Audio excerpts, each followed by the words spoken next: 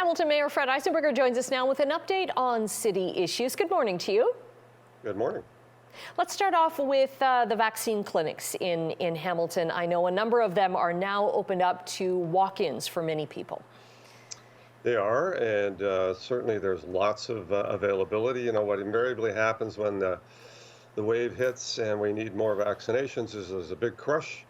And now there's lots of availability for people to walk right in most of our clinics. So even at this point, pregnant women can walk in, as well as anyone 50 plus that has not yet received a vaccine or needs that booster. All of them are available. And of course, we're doing pediatric vaccinations as well.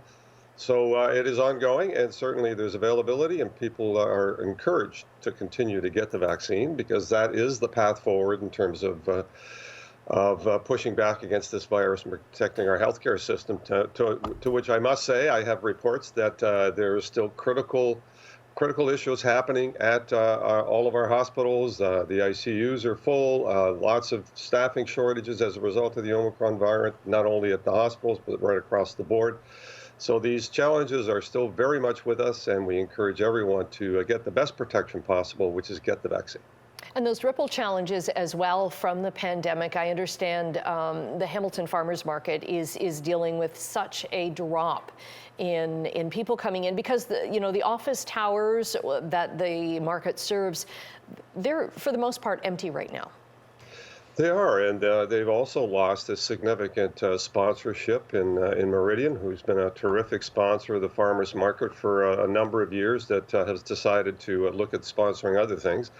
So they're certainly experiencing a fiscal shortfall of about $250,000 that they're going to need to continue to be at least viable for the next year or so. So I fully support that. But I also support looking at, doing a visioning exercise as to, what this market needs to be going into the future. Very much a market, but there's also already, little mini restaurants that are built into that because there's a lot of less folks providing produce. And so there's an opportunity, I think, to look at not only the governance of the market, but what kind of vision is this going to take for it to be sustainable over the long run. So hopefully we can get into that exercise as well.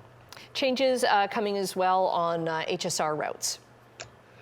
Yeah, sadly, we're facing the same staffing shortages as is being experienced everywhere else. So essentially the change is probably going from a 20-minute service to a 15-minute service in peak hours. That's probably the predominant change.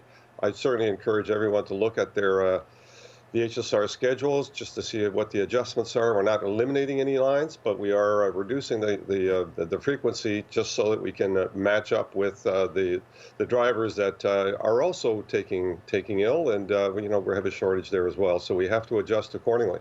Having said that, we did discuss this week our 10-year transit strategy, and you may know that we did receive $500 million of funding for the traditional transit system that's shared between the federal, provincial, and municipal governments. We had paused that strategy for a few years because we didn't get that funding. Now we have it, and so you're going to see significant investments in our traditional transit system as well as the LRT that is ongoing in future years. So expansion on the long term, some short-term adjustments need to happen as a result of Omicron. All right, and do you think that we need to get more people on the buses ahead of LRT coming, or do you think LRT will make more people get on transit?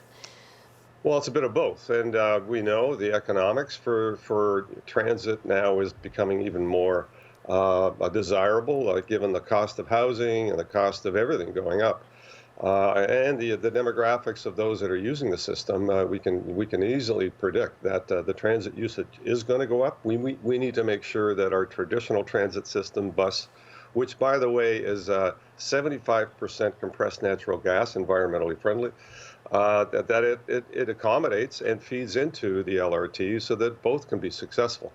The value of transit is reliability, speed, and of course comfort. And if you can fit all of those three bills, people will use it in a very, very big way. And that is good not only for transit use, but it's also good for our environment. and good for the economics of individuals. It's far less expensive to take the transit system than to own a car and to manage that car. So I'm not looking to eliminate cars, but I am looking to ensure that the choices are available for people to choose to take transit as opposed to always having to take a car. Good for the city all around. Okay, Hamilton Mayor Fred Eisenberger, thank you for joining us today. My pleasure. Have a happy day. You too.